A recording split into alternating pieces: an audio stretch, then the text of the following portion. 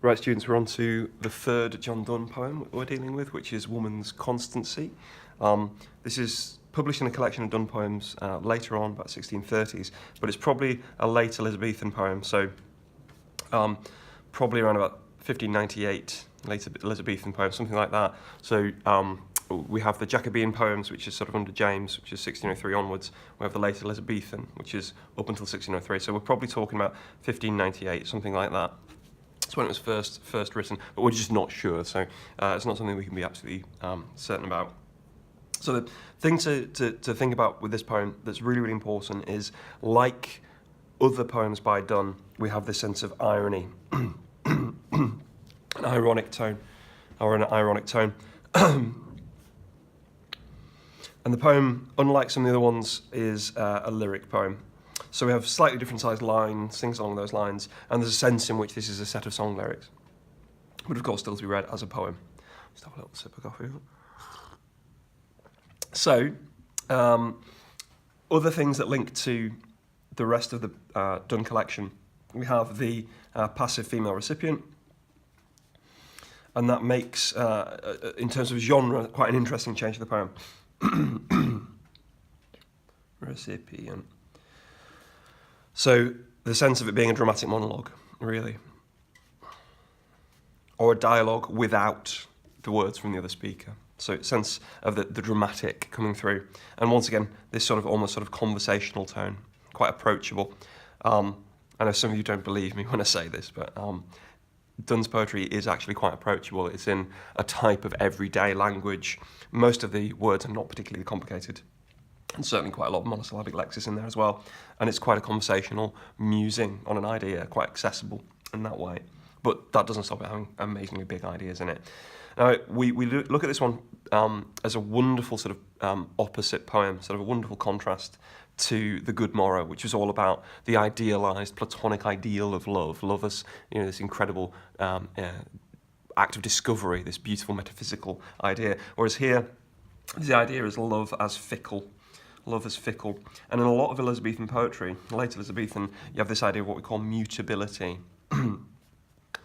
Or essentially what we're talking about is change. So that love is transient. So in The Good Morrow, we see this idea of love as transcendent, as this, you know, this force that will never die, will be eternal, last forever. Whereas in Woman's Constancy, the view of love is fickle and mutable and changeable. And women in themselves are seen to be like that, so it can be seen as quite a misogynistic poem. And that, of course, means that the title is ironic, Woman's Constancy. It would have struck, you know, readers at the time that's something that rubs against the stereotype, really, that women are not constant, they're inconstant. So let's have a look at this. You can see the sort of almost sarcastic tone, this sort of ironic, sarcastic tone, right from the start. Now thou hast... I could spell the word sarcastic, wouldn't you? Now thou hast loved me one whole day, and that word whole, you know, this sarcastic tone there. Now thou hast loved me one whole day. Tomorrow when you leavest, what wilt thou say? So again, this conversational tone. We have the use of the questions, rhetorical interrogatives, to a passive female recipient. So this sense of raising these questions to somebody who's listening, but isn't saying anything back. Wilt thou then antedate? So will you then, go before some new made vow? Will you sort of bring up something else, or say that now we are not just those persons which we were? So this is about looking back on previous vows made, perhaps in the throes of passion, or perhaps the previous day, and saying, although those won't last. So this idea of change coming through, or say that now we are not just those persons where we were. So he's sort of riffing on, exploring the idea of what excuse is she going to give for leaving the next day? What excuse is she going to give for the changeable nature of her love, for her inconstant love? Or the oaths made in reverential fear of love, and his wrath any may forswear. So he's saying that, maybe you'll say the oaths that they made to each other, in fear of love, the anger of Cupid, the god of love. Any may forswear. So you could make that sort of literally this sort of mythological idea of fear of Cupid and his wrath, and therefore it's not a real oath they made to each other. But more importantly, it would be that those oaths can be changed. So even things where you thought you'd entered into a contract with each other can be changed. And again, that's this idea of mutability and change.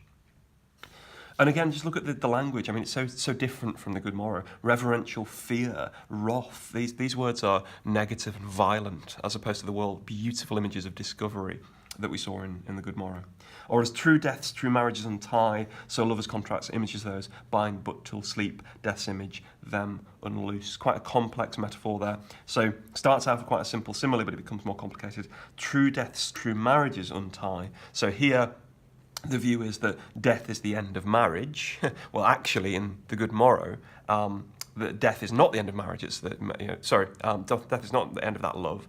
Death is actually just something that is moving one place to another. But love is eternal if it's mixed equally. Here, death is the end of a marriage, and so a lover's contract, what you say to a lover when you're in the throes of passion, an image of those, a shadow of those, only binds until sleep.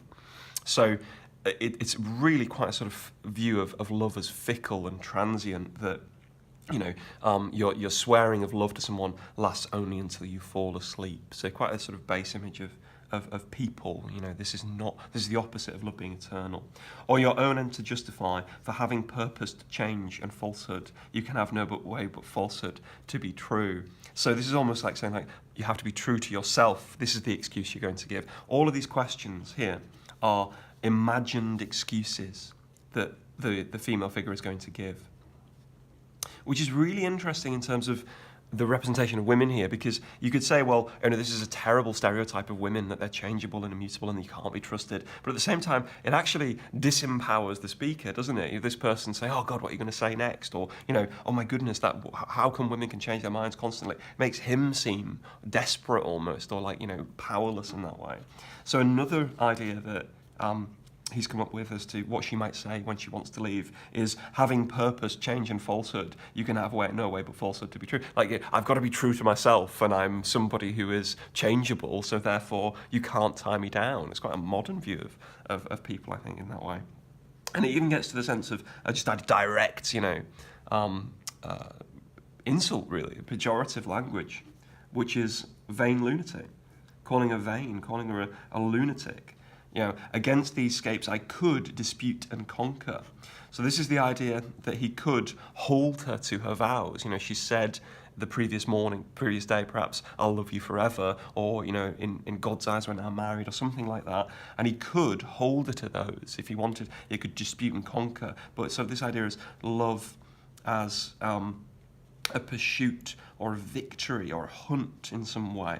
That's a more classical Elizabethan view of love, and it's also contextually a view that's opposite, sort of a romantic view of love, which is that it's about getting someone and winning them, and then binding them and keeping them to a contract in marriage, for example. If I would, which I abstain to do, I'm not going to do that. I'm not going to keep you to your vows, for by tomorrow I may think so too. So we've got this whole poem which is line after line of look how changeable and mutable women are, and we go, oh, big old sexist poem then. But then by the end we go, but I'm exactly as mutable myself. So mutability is this big theme that comes right the way throughout the poem. So if you wanted to do something with this interesting with this poem, it's in terms of meaning, it's important because it's about love, and it's a more Elizabethan view of love, the sense of love as mutability and change and transience, the idea of love as a pursuit or some sort of victory, a very sort of almost fickle view of human nature. But you've also got some of the later Donne ideas that it makes a wonderful contrast to. So the transience of love contrasting with the transcendence of love in the Good Morrow, for example. There's some lovely language in there that you can link to the idea of the conversational tone, the ironic tone, the approachable nature, and of course the passive female recipient, the thou, thou, thou, the second person pronouns all the time directed to this passive female recipient. And there's a lovely opportunity to explore the representation of women here, that, you know, the question of the power of this female recipient is really, really interesting. So, of course, it's a negative stereotype, but on the other hand, there is this sense in which she's the one with the power and she's getting up and she's leaving. If you are interested, it could possibly be a par verba dei presenti, marriage. We've talked about this before. I've forgotten my Latin. Is it D-A-E or T? I'm not going to write it because I've forgotten exactly how to spell my Latin. Par verba dei presenti. From this moment forward, I've forgotten how to write it in Latin. By voice from this moment forward. That's how most people got married, by voice. At this time, so it could have been that they made this lovers' contract the night before. They said, in God's eyes, we're married, and then the next morning they're sort of undoing that contract, and that's what it's about. Or it could just be a broader metaphor for the fickleness that people in the throes of passion tend to say, "I'll love you forever," or things along those lines, and then the next day that tends to change. So that'll do for this one, Woman's Constancy. Do read it in the context of the Good Morrow in particular, but also you probably see some interesting links to the Flea as well.